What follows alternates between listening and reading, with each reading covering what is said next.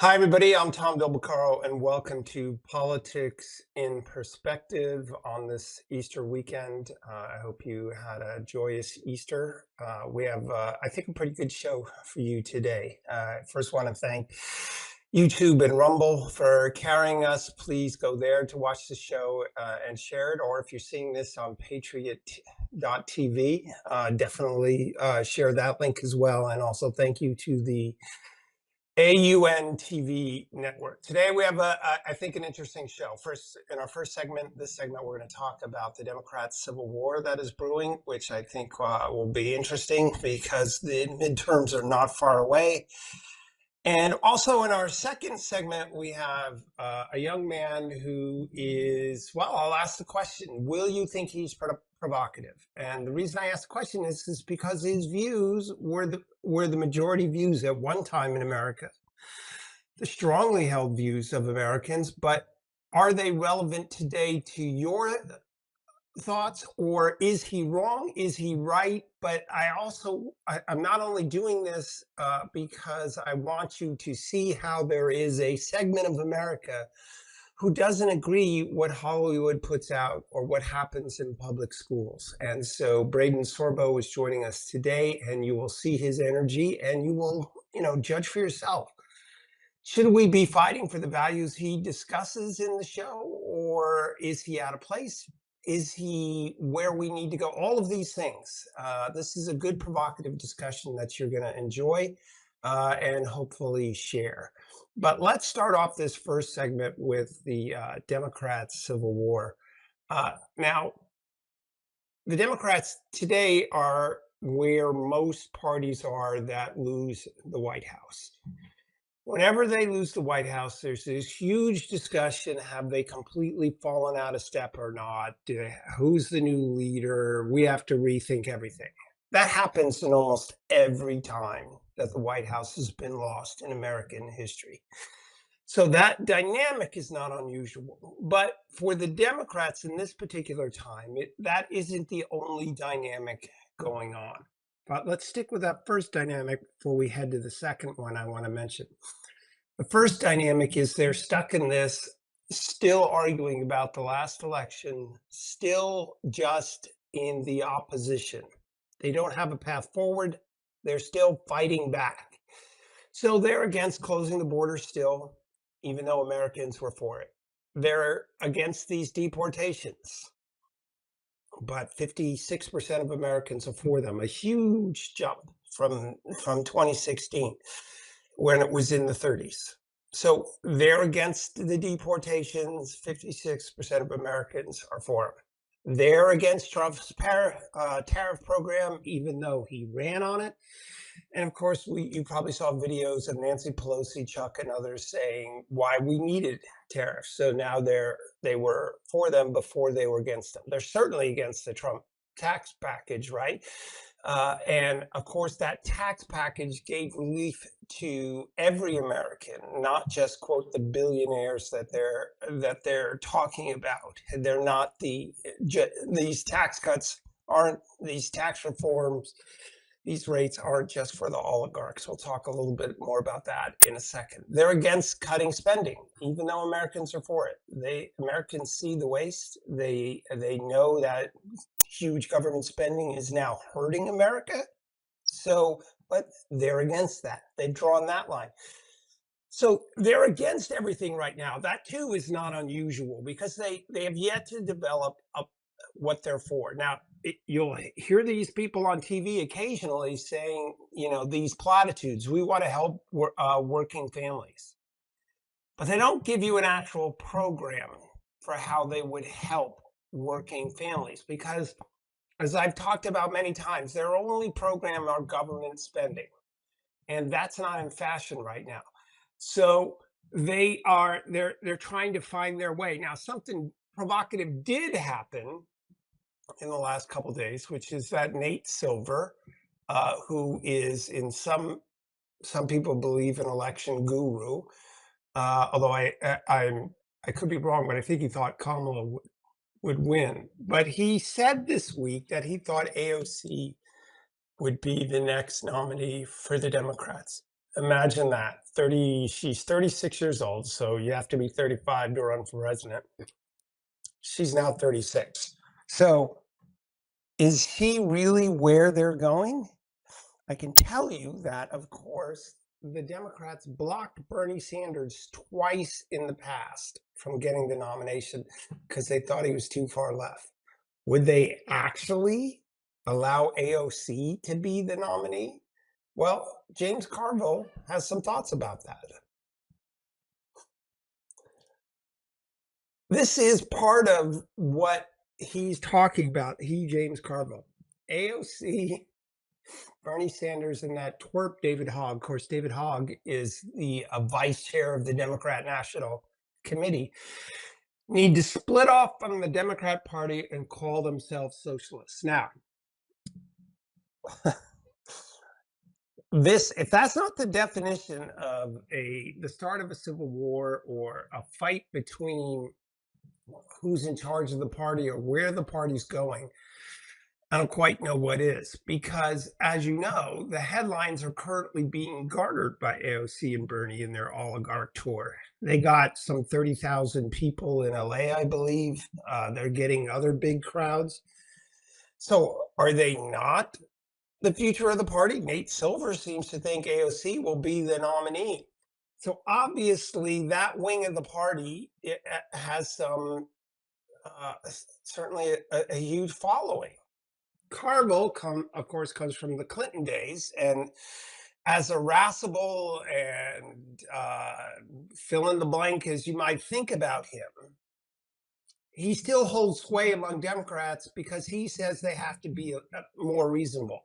He doesn't want social justice to be their lead.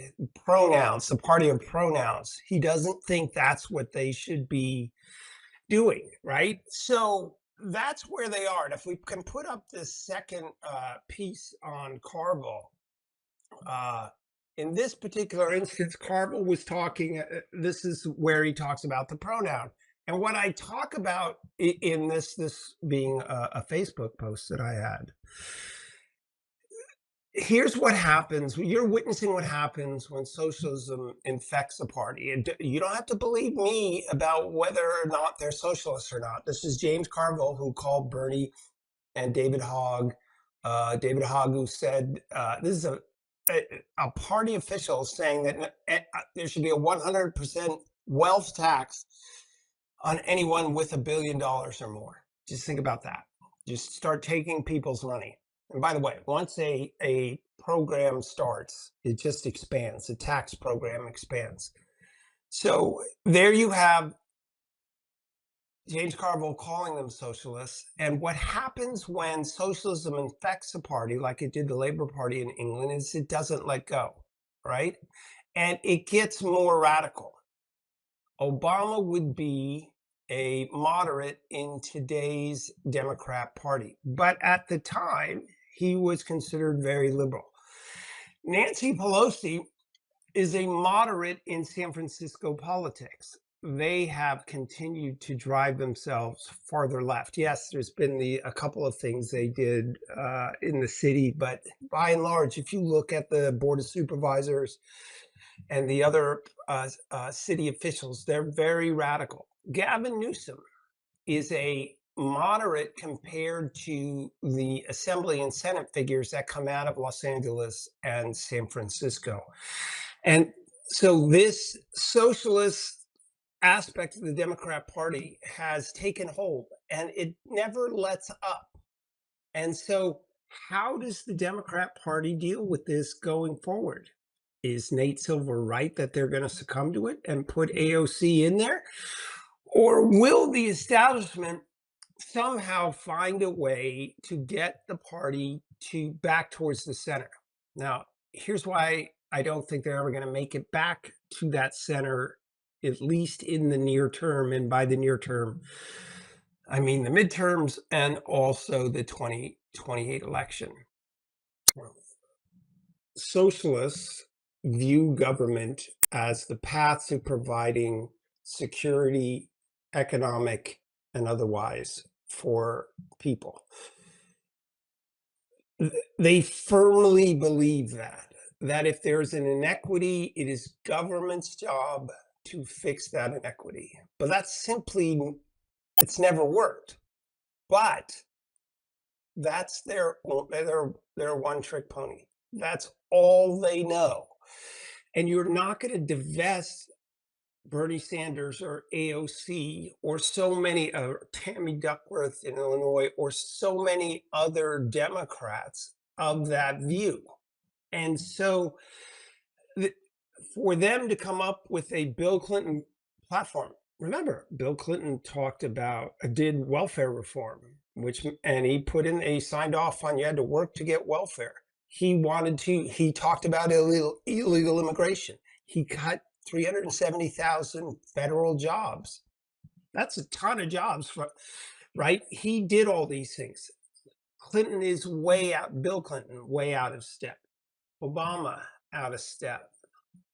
Joe Biden didn't really run the party, didn't really run the presidency. That is where the Democrats are in the expansion of government. And now you have AOC who's getting all the hot headlines and no one can stop her. So what is this alternative program? How do you help the middle class?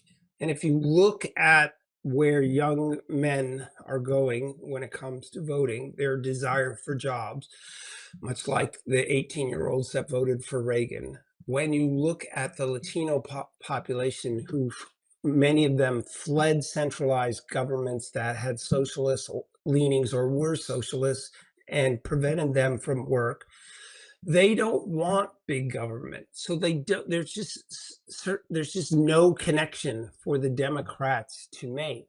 And what's very interesting to me as we wrap up this first segment, what's very interesting to me is that AOC is going on this oligarchy tour and there's no Democrat who can stop her. And that's the difference from 6 years ago. Of course, she was a lot younger then. She was in office, but she was a lot younger again. Today, she is out there. She has an enormous email list. She has an enormous fundraising list. She's articulate. She's far more articulate than Kamala Harris. She doesn't mince her words, right? We are completely disagree with her. I do, many Americans, but she's at least articulate. She talks about how the middle class is being cheated in life. These are all themes for decades and throughout history, right? The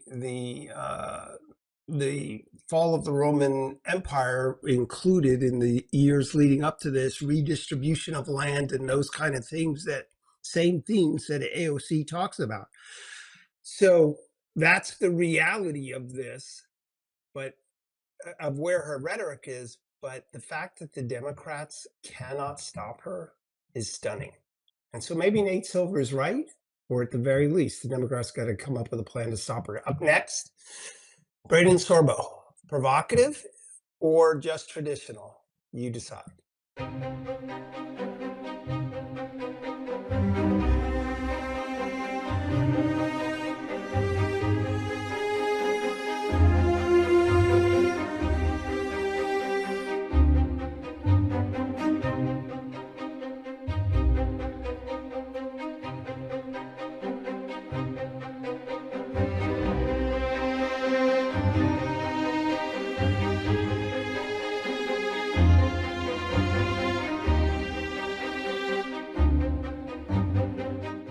Welcome back, everybody, to Politics in Perspective. I'm excited today to add a little youth to the show.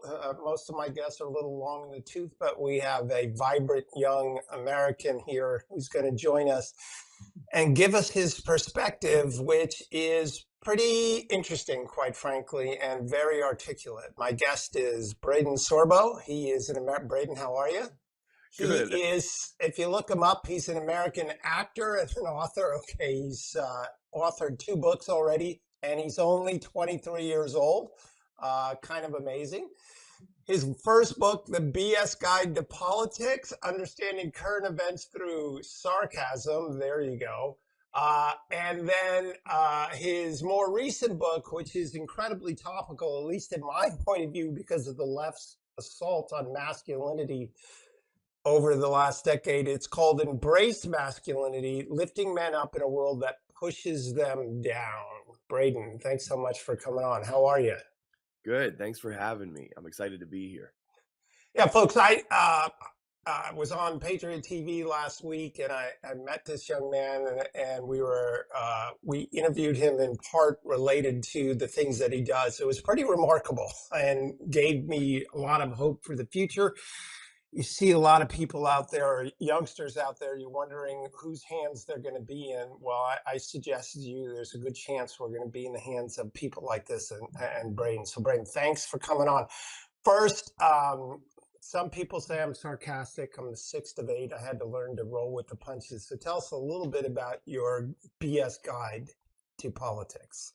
Yeah, so the BS Guide to Politics is a sarcastic political dictionary. I wrote it right after high school. I graduated. I was a homeschool kid, and I decided I didn't want to go to college because I wanted to go into acting, and I didn't necessarily need a degree to sit in front of a camera and say words. And so I started writing this book, and it was more so a joke, especially compared to the other book. I mean, I have both behind me right here.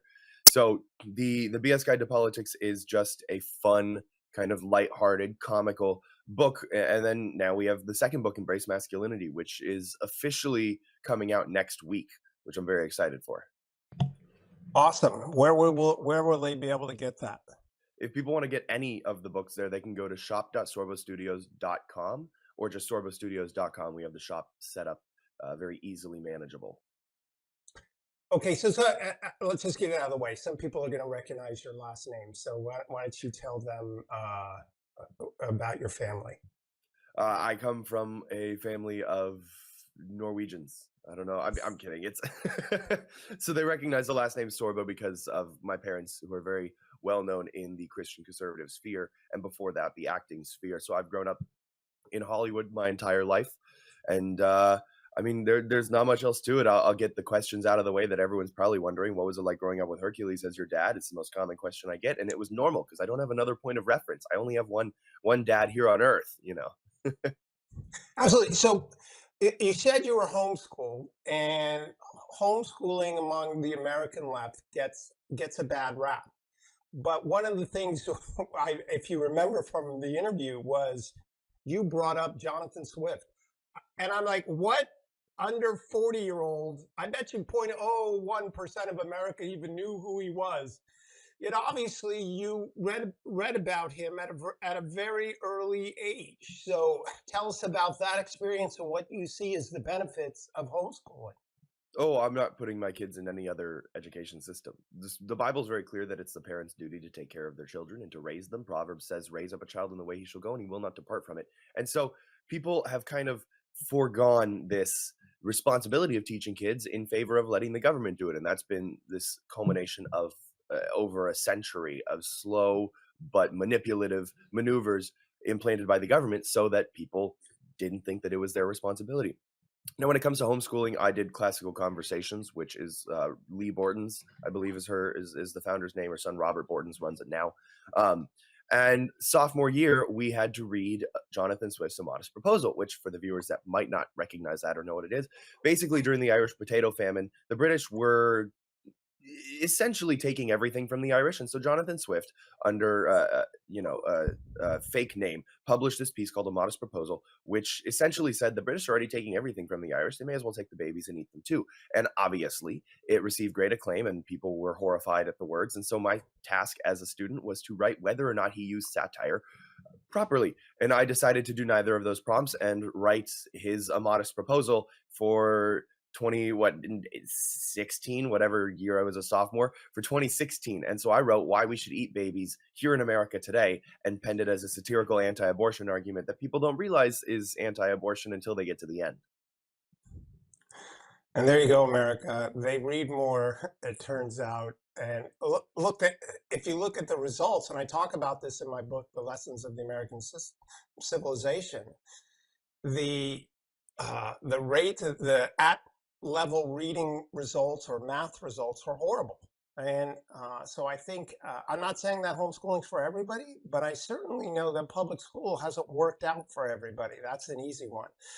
And one of the things I talk about uh, in my book, The Lessons of the American Civilization, which is really what I want to get to in the heart of this discussion, the most disruptive, the biggest change that happens in the civilization is when it moves from the countryside and the farms into the city. When you live in the countryside, the family is the core unit, and it's responsible for imparting values, education, and it keeps it and feeding themselves. But once you get to the city, the individual becomes the economic unit. They're separated from their family. They live in a completely different environment where they're making their own decisions. So if we can put up that first quote from my book, and then we'll use that as a takeoff. What you see here, um, we have gone over the last 140 years from that agrarian based, farm based civilization to one living in urban settings. With that, the patriarchal family, as the economic and cultural foundation of America, has given way to the individual as the economic unit, consequently, resulted in a dramatic reduction in the size and number of families. At the same time, growing wealth and expanding scientific knowledge have diminished religious devotion and loosened morals, same way that it happened in Italy.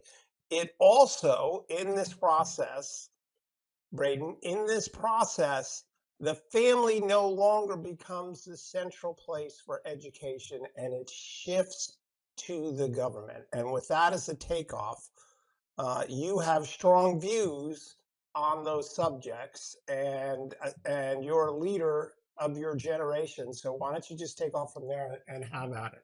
Yeah, let's see how quickly we can get canceled, shall we? Okay, so scientifically, so from a scientific standpoint, when you take a bunch of animals, they've done tests on this numerous times. When you take a portion, a group of animals, and put them into a tight, crammed space, those animals turn gay. They do a bunch of degenerate or bad things for their physical, mental, and essentially, because animals don't have it, their spiritual well being. And I'm not talking about animals here. The same is seen in humans. So when you take humans out of what would be considered natural living conditions and cram them into crowded, busy cities, they end up turning some sort of a switch in their brain that devolves into this degenerate lifestyle that destroys themselves physically, mentally, and spiritually. And this is repeated, and it is a proven scientific theory. People, if they're curious, can look it up. But what we've done, or what I should say, not we, the government, and because I'm 23, especially not me, the previous generations have done, is everyone knows the quote: "Weak men create hard times create strong men," like that whole thing. Well, the people who often say that are part of the generation of the weak men that created the hard times that we're living in. So I really don't appreciate being told, "Hey, I know we messed up, but good luck. The rest is on you." So when it comes to kind of living in 2025, trying to address the problems that we have in America today, we have to go back over a century. And what we see is that during the first wave of feminism, the family unit was the foundation of the country. It was the strongest that it had ever been and will ever be, because from that ending point of the first wave of feminism to now, it has only been degraded. And the reason for that is because the government at the time goes together and they went, man, how do we tax 50% of the population? Because we have half the population working right now, and they're raising the kids, and the kids are successful. And then they're repeating that cycle where they get married, they have kids, the family is a good unit. What do we need to do? We need to convince these women that they don't have rights. And that's what we'll do. And so by the time the 19th Amendment was passed and women were given the quote unquote right to vote, only 4% of the female population actually wanted it. 4%.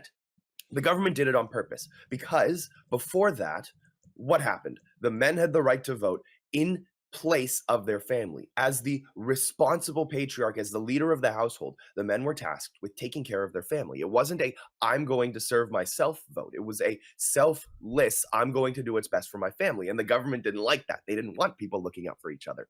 And so they took the children out of the household by forcing essentially the moms to work, which is why in 2025 it's nearly impossible. This is why people aren't having kids. It is so difficult to raise a family on a single income and keep the children in the home with the mother because you can't afford it anymore. Inflation has not kept up with the dollar. In 1959, a college graduate would get maybe a $10,000 or $11,000 salary, almost guaranteed after graduating with a degree. If we track inflation and see what that would be worth today, it's about $120,000 a year for the average college graduate. However, the numbers aren't adding up because the average college graduate is no longer guaranteed a good job anyways. And if they are, the average salary of that job is $60,000 to $80,000. They're making 50% less than someone in 1959 did. And in 1959, everything was cheaper. A pack of gum cost a nickel. So we're not keeping up for the demand of the world. And that was intentional, right? That was a purposeful act by our government to destroy the family system because, and I write this in my book, Embrace Masculinity, the second chapter is called The War Between the Patriarchies. It is not a matter of if a man is going to be in charge. It is a matter of whether or not the man in charge, because there's always going to be a man in charge, whether or not he is good or bad. That is the order of the universe. I'm sorry if you don't like that. Take it up with God. I didn't make it, right? This is a proven thing, and you cannot argue it. That's the thing is people get mad at me, but they can't say I'm wrong. I've been called every name in the book but liar. Yeah, well, right? you raised this interesting point. Men in charge, do you have the family unit, or do you have government dictating these things? And uh, many women would agree with you that men have been in charge of government so often that in fact it is the men who are making so many of these decisions. And the United States in the 1920s crossed the threshold of living on the farm in the majority to living in an urban setting. Now we're at 84%. It's expected to go to 92%. And I, of course, in my book, have a slightly different view than you on some of these subjects. But the reality is that the untethered individual in the city throughout all of history has had a different lifestyle, a different morals, not agenda, a different moral activities or the manner in which they have lived their lives. And they have been in stark contrast. The reason why I wanted you on today is to talk about how you see that. I want to put up a recent poll in Newsweek, which this came out of young Americans are supporting. This is the Yale Youth Poll. And according to the poll, you can see it right there yourselves. They have shifted towards the Republicans significantly. And when I was your age, I was or slightly younger, Reagan came along. He was viewed as a strong leader. They gravitated to him. He also represented nostalgia in the idea that we should be in these more structured environments. We should respect American tradition. So, Braeden, how does your book about masculinity address that issue about the traditional male and its value, and as your generation or so many in your generation see it? It's funny because that poll you mentioned shows a lot of people roughly my age are leaning Republican, and then the people some my age and a little bit older than me are leaning more left. And what we don't realize is that that divide is not just specifically with age, but it's with the genders as well. Young men overwhelmingly are voting more red. We saw that in the 2025 election, whereas young And women are why is that? Stop there. Why do you see that in your generation? once again, it is the culmination of all the waves of feminism, right? Before these feminist movements happened, people voted selflessly as a family, as a unit together, cohesion, right? Unity. Now they vote selfishly with their own vote, and young women are the most selfish. That's just the number one issue for young women in America. Last election cycle was abortion. That is the most selfish thing you can do, is to say, I want to have unprotected sex with as many strangers as possible, and I want to forgo all the consequences of it. That's selfish.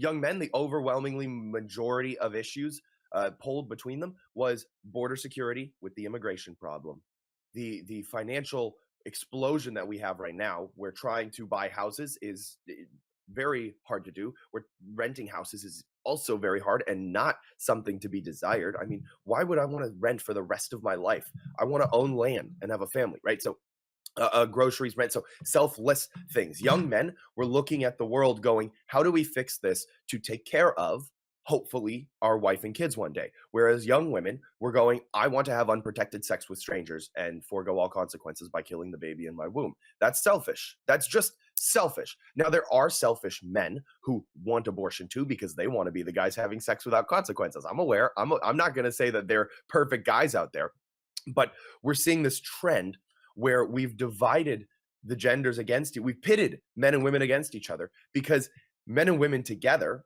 like you mentioned at the beginning of the show, the family unit is the thing. It was the foundation. And we're seeing what happens when it's not the foundation. Look at the way. Are you happy with America that we live in today? The American dream is dead. It doesn't exist anymore. I can't go out, get a college degree, and then get a base paying job to support a family of 5. That's physically impossible. My dad is the 4th of 5 kids. He was supported on a 7th and 8th grade teacher's budget. A family of 7 lived on a teacher's budget. That doesn't Yeah, happen anymore. I'm 6 of 8, and I didn't. Let's just say I had a lot of hand-me-downs in my life, but there were. I tell people all the time, my parents didn't give me money; they gave me values. Yeah. And I think what we saw this week again with another shooting was the absence of values and the value of life. Yeah. If Uh, I may, this is what happens when you teach people that God doesn't exist and that life doesn't have meaning. If I go and teach a group of people that survival of the fittest is the paramount of humanity, if I go and say nothing matters, you evolved from a fish, only the strongest survive, then yes, some idiot with a mental disease is going to kill other people. We've removed God from society and expect people to act godly. That makes no sense. It doesn't logically follow. You cannot expect morality from a society that bases its morals on its feelings. yeah, I like that. Wait a minute, where did you get? You remove God from the public square and ask people to act godly. Is that your line? That I just came up with it, yeah. That you need to put that on social media. Say, but make sure you say you did it on my show. But that is an excellent line because what happens in this transition, in my book, The Lessons of the American Civil, when you go from the countryside, where there's this reinforcement of tradition and values into the city, and you remove the guardrails. Traditions are the guardrails of a mountain road at night. And if you're driving down that road without any ability to keep you within certain bounds, and that's what happens to the civilization, then you get all this experimentation, you get these kind of actions. But I 100% believe that we've gone to teaching social justice, not history, social studies, not American values, these Judeo-Christian values, which says that you help one another, right? I say in my speeches so many times that I'll give $1,000. You should adopt this one too. I get $1,000 to anyone who says to me in the Bible where it says, "Become a ward of the state, and you shall reach salvation." No, that's not what it says. It says you help one another, right? What did Christ say? Love one another as I have loved you. We don't have that anymore. So, but return back to your book on masculinity, because talk to us about this whole issue of men and women's sports and what effect that's having on your generation. Well, it's certainly causing more division, which I guess we're not really surprised about. The thing is, women are very nurturing, loving, tender, kind, sweet. They want to take care of people. That is their nature. And people take advantage of that good nature. They do. So the men and women's sports, it's also scientifically proven that the less testosterone or the less strength someone has physically, the weaker they are mentally. Because if I can't back up what I'm saying, if an altercation were to happen, then I'm going to say the things that avoid altercation, which means I'm going to become agreeable. And so we see that with weak men and a lot of women. Because why would my sister, she's tall for a girl, she's 5'8", she is not physically capable of defending herself. Again, I'm 6'5". If I were to get into a fight with her, she would not win. So in the world that we live in, where people are dangerous, people adopt tendencies to protect themselves, survival strategies. And so my sister is more agreeable than I am, because I know that I can defend myself if someone were to press the issue, right? And so we see this all throughout the America and the world in which we live, because when people cannot defend themselves physically, they become agreeable. And there are bad people who take advantage of the agreeableness and the good nature of others. That is the problem that I have. That is the problem that I'm trying to address. That is what the book is about. The book aims to give men guide rails to live a better life. The book is meant to give women a checklist to discern whether or not a man is living properly. And what was your, when did you conceive this book? This was maybe 21 is when I started writing it. So it's been about a year and a half or a year or so in the making. All right. I did not realize you were 6'5". That changes everything. You're sitting there. I had you at about 5'11", but maybe that's just because I'm 5'11". What, where do you see the youth vote going?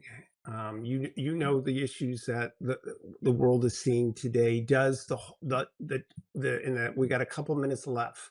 Mm.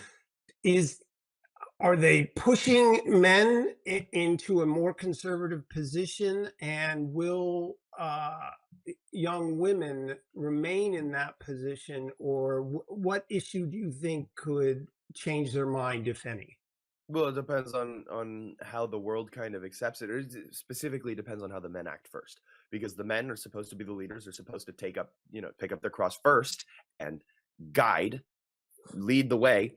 And so young women inherently have a desire to follow and submit, whether or not they want to agree with it. Women in general have a desire to that. That doesn't make them less than or worse than men. God is God. Jesus is still God, and he submits to the will of the Father, right? Jesus is not less than God because he submitted. That doesn't make Consubstantial. any sense. Yeah, exactly. And so women are not less than men because it is a natural inclination for them to submit. But we need men to become good and worthy of submission first and foremost. And so I see the men assuming that they dig their heels in and continue to fight back. I see this country being changed. It is going to take a radical change for that to happen, though, because we are at the precipice of every falling point that every other great nation has had, and no nation has ever come back from. So we're essentially going to have to change history if this happens, because we will be setting a new precedent that it is possible. Yeah, well, if you look at the story of America, in a significant sense, they did change history. If you look at how wide the scope that they gave democracy, a republic in this country versus the past, America did trailblaze. But we go back, and folks, the reason why I had this remarkable young man on TV with you today is because you get a sense of the passion that's out there. It isn't just the life that you see on MSNBC or on the sitcoms. There are other parts of America. And so, Braeden, we have to cut it off. I wish you could stay longer, but perhaps we'll have you back. There's his book, folks. I'm sure it is on Amazon today, because I looked up the cover again yesterday. So, Braeden, keep reading, keep thinking, keep leading. Don't get any taller, but it's a pleasure to have you on. Give my best to your parents. All right. Thank you. Will do.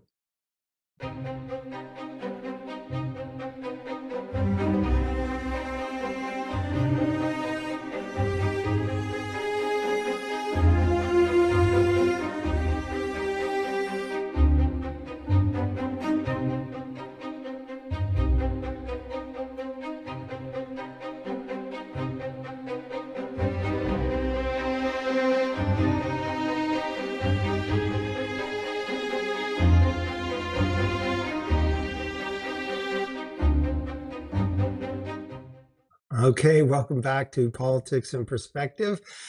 Braeden Sorbo, he brought it to you again. I asked the question: is he provocative or just traditional? Is there room in America for his views? Should America be more traditional? These are all important questions because the results of a civilization without guardrails is to a large degree, it's out of control. And we saw with this recent shooting, I'll bring that up again. I don't think our schools teach values. Uh, Braden had a great line, which I told him to coin as soon as possible, is that they drive God out of the public square, but they expect people to act godly. Is that possible? I don't think it is. If you look at history, if the breakdown of tradition includes, therefore, the breakdown of society. Will Durant talked about that tradition to the civilization is what memory is to the individual. If the memory is wiped out, the individual goes crazy. If traditions are wiped out too quickly for a civilization, the civilization is unmoored. It tosses about, and it is a very different place. But it also breaks down to a degree. And I've never been convinced in all my 50 years of study that big cities were the place for people to live. I think it is too much for most human beings.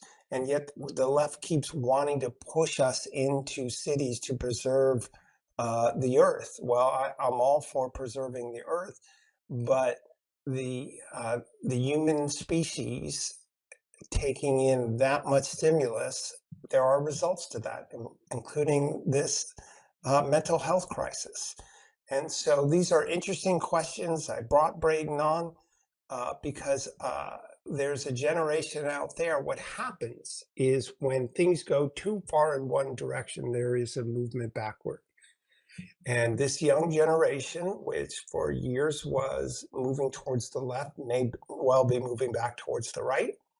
And so Braden is part of that, and he has a big voice. You see his social media following, and so think about those things, and think about, as a historian, I think about the need for us to return to, if we want to get America back on track, instead of just follow previous generations in other civilizations, teaching those values becomes all the more important. All right, let's shift topics here to a tariff update. As you know, the president this past week had in the Japanese delegation, uh, also the Italian Prime Minister Meloni was at the White House, and which was part of their ongoing discussions. Apparently, that over 100 countries now are at some stage of this, either making initial contact or, like Japan and Italy, sitting down with senior leadership to talk about these things. Again, there's still mixed messages from the president. He's not in a hurry. He wants to collect money from tariffs, but he also says unquestionably there will be these deals. Maybe that's not a mixed message at all, but he doesn't sort of have that an intense desire to get pace to get this accomplished so very quickly, which I am troubled by. I think the markets don't need to be going through this. I think he would be better off making a quick deal with one or more countries, have those be the model deals, and then have the rest of the expectations set for the rest of the world. So you get this rush to this conclusion, and then he can have the economic boom, which hit the extension of his tax reforms, the addition of no new tax or no taxes on tips, Social Security, and overtime, deregulation. And the sooner he gets about that, the better. I do, if we match this with where the Democrats are in the party that is still against everything on the globe, Um, there is a congressman who some say will be running for president. We'll have to see about that. His name's Ro Khanna. He's from near where I live in California. The Silicon Valley. Now, look, the Democrats and many have said Janet Yellen intimated that she doesn't think manufacturing is going to come back. Look, whether manufacturing is in America or not is 100% dependent on American policies. It's not some magical, you know, oh, it can only happen once, right? We drive manufacturing out of the country, plain and simple. We set regulations at a level and taxation at a level, and we drive it out. If you lower it enough, like they do in China, you get all the manufacturing you want. In fact, they do it so low that they pollute the hell out of their citizens, and it's dangerous to the whole world, not just their citizens. So actually, us driving manufacturing to India and to China is polluting the whole world. You may think you're keeping America clean, but it turns out that the globe turns and pollution makes its way around the globe. So if you actually wanted less pollution, you'd have manufacturing here where there's better clean technology, and then that technology can mature, and then in the future, all that technology can be spread around the world, and it would be much better for all. That's not how the Democrats think. But the point is about manufacturing, it can return here if it's welcome enough. And so, returning to tariffs, I'm not a tariffs guy. But I also know that economics is the study of human behavior as it relates to certain stimuli. So if you set tariffs higher, it is true that costs may well go up, not necessarily 100%. Sometimes, like Walmart, is squeezing its foreign producers, saying, we're not going to, don't pass on these costs to us. So keep your costs low. We're only going to buy it for a price so we remain competitive, right? But it's also true that manufacturing may move. So we can put up this headline from Honda this week. Well, we got both of them side by side here. The one on the right is Honda. Okay, Honda considers moving some Mexico Canadian production to the U.S. due to tariffs. They're aiming to have 90% of U.S. sales would be vehicles produced domestically. That's basically that smaller part of that headline. That's Trump's goal, stated goal, what he wants to do. And he's talked repeatedly about how much investment some of these foreign countries are going to do in America. I don't know that it'll all come to pass because he's only going to be there 4 years. And if a Democrat came in, God knows what would happen. But the reality is that economics is the study of how humans react to certain stimuli. If you raise the price of a pair of jeans, the person may well walk across the street to the lower price store. We live the economics that way. It is ridiculous to claim that the tariffs will, on the one hand, the tariffs will cause higher prices, but not recognize what else might happen. If we go back to that slide again, you have Ro Khanna ridiculously saying, but this is where the Democrat Party is. They will just say whatever the blank they want, regardless of its reality. Okay? So where's the reality? Ro Khanna believes manufacturing isn't going to come here due to Trump's tariffs. All right. Now read the Honda headline again. Honda is aiming to ensure 90% of U.S. sales. Other manufacturers have moved here as well. So why is it that the Democrats cannot accept reality? Well, at the start of the show, we talked about the Democrat Civil War. And in the Democrat Civil War, you have to parrot whatever the Democrat line is of any particular moment. And the line is anti-Trump. They are still just anti-Trump. Whatever he's for, they were against. If he gave the winning lottery numbers out, they would complain that he waited too long to give the lottery numbers out. They would complain that he shouldn't have given the lottery numbers to the rich. He only should have given it to the poor, and that he should cut all the taxes for anybody who received it. You get my point. They're still just the party of no.